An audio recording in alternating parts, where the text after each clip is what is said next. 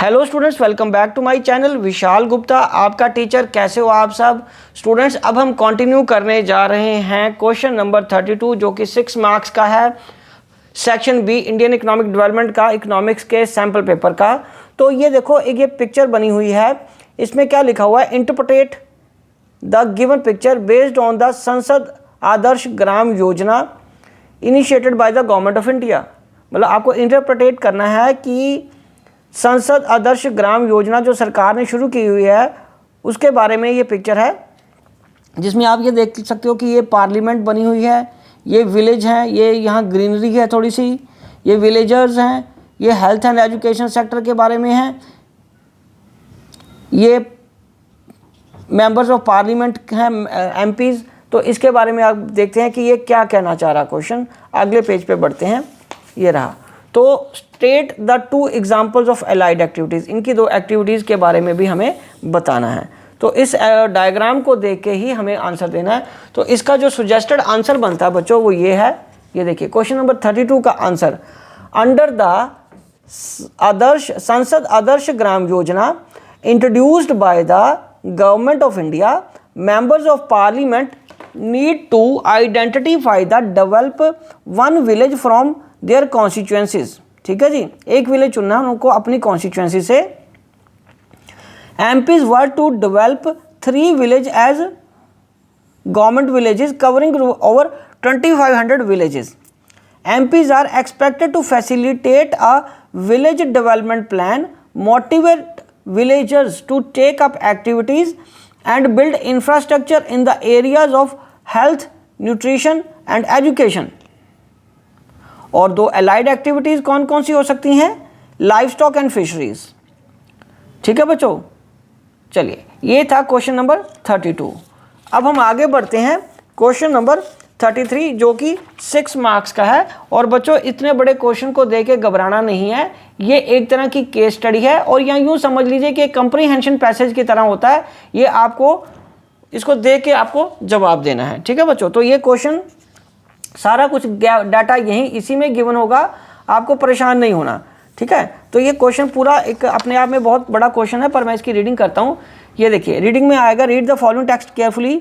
Employment generation has remained one of the top challenges of Indian policy makers and over the year this has been only become more complex. India has experienced more or less consistent growth in the structure of the output of the economy, especially after the economic reform, which is measured by the gross value added. However, the trend in employment didn't reveal a consistent and clear pattern.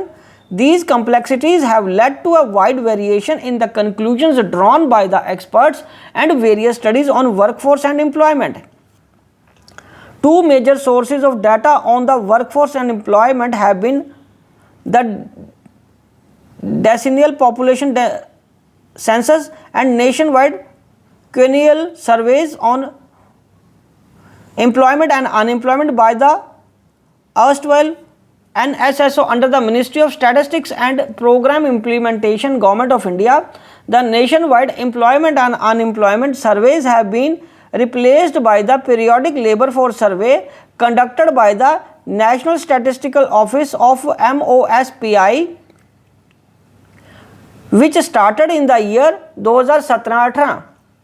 Okay बच्चों, according to NSO, the PLFS data measures the dynamics in the labor force participation, workers to population ratio and the employment status, along with related important parameters for both rural and urban areas. Labor force includes persons who were either working or employed or those available for work unemployed. Some persons in the labor force are abstained from work for various reasons. Deducting that number from the labor force gives the number of actual workers. These workers are further categorized as persons who are engaged in any economic activity as self-employed or regular waged, salaried and casual labor. The difference between the labor force and workforce gives the number of unemployed persons. चलिए आगे बढ़ते हैं हम। The size of the labor force in the country has increased from 485.3 million in the year 2017-18 to 4 97.4 millions in the year 2018-19. The next year, the labor force increased by 8% and reached 537.9 million. This increase was witnessed across male and female population as well as rural and urban households. On the basis of the given data या given text, common understanding, answer the following questions. तो ये 3 questions के answer देने हैं. State any 2 major sources of data on the workforce and employment. ठीक है जी. तो इसकी अगर हम बात करें क्वेश्चन नंबर 33 के पहले पार्ट का क्या आंसर है. So 2 major sources of data on the workforce and employment. एक तो डेसिनियल पॉपुलेशन सेंसस, दूसरा nationwide clinical surveys by NSSO. Second part है the labour force encompasses a broader category than the workforce. Defend or refute the statement. Second question का ये आपको defend करना है या रिफ्यूट करना है. Give valid reason in support of your answer. तो बच्चों इसका आंसर है the given statement is defended. Labour force refers to the number of persons who are either employed or unemployed, whereas work force refers to all the people who are actively engaged in the economic activity. Hence labor force is a wider term than the workforce. ठीक है बच्चों. अब third को है workers can be categorized into different types depending upon their status. तो in the light of the given statement state any one type of employment. तो इसका क्या आएगा बच्चों answer. self employed are those workers who own and operate an enterprise to earn their livelihood. ठीक है बच्चों. चलिए अब हम आगे बढ़ते हैं. Last question. तो फिर ये मॉडल टेस्ट पेपर हमारा कंप्लीट हो जाएगा. Question number 34. चलिए बच्चों क्वेश्चन नंबर 34 क्या कह रहा है. Under the industrial policy resolution IPR 1956 in India the system of industrial licensing was introduced to promote regional equality. Justify the given statement with valid reason. ठीक है. ये 4 मार्क्स में आपको आंसर देना है. और सेकंड इसका ऑप्शन पार्ट है, ऑप्शन ही पार्ट.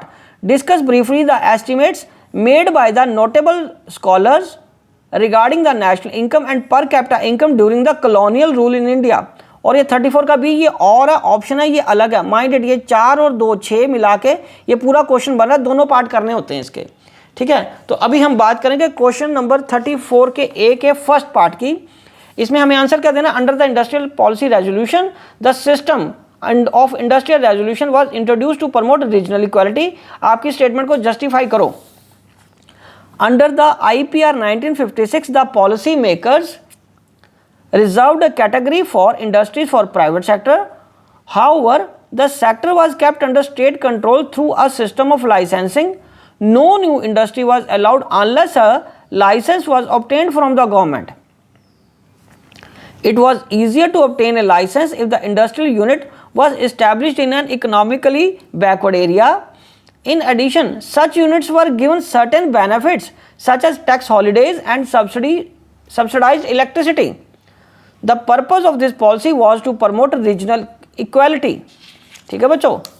अब इसका 34 के ए का ही सेकंड पार्ट क्या. Discuss briefly the estimates made by the notable scholars regarding the national income and per capita income during the colonial rule in India.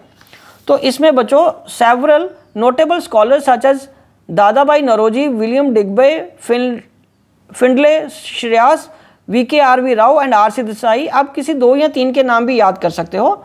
Made the Ernest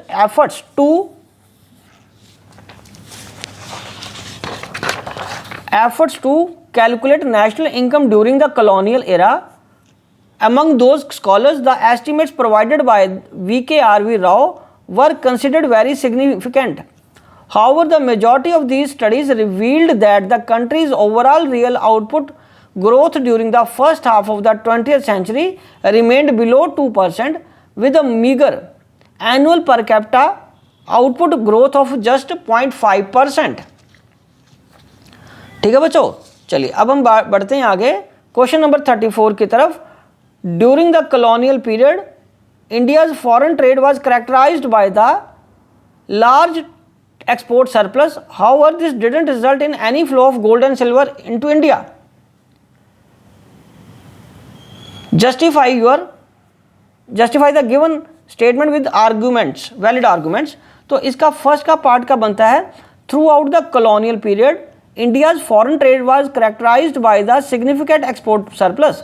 However, this surplus had detrimental consequences for the country's economy. This export surplus didn't bring gold or silver into India. Instead, it was used to cover expenses incurred by an office set up by the colonial government in Britain. The expenses on the war fought by the British government and the imports of invisible items all contributed to the drain of India's wealth.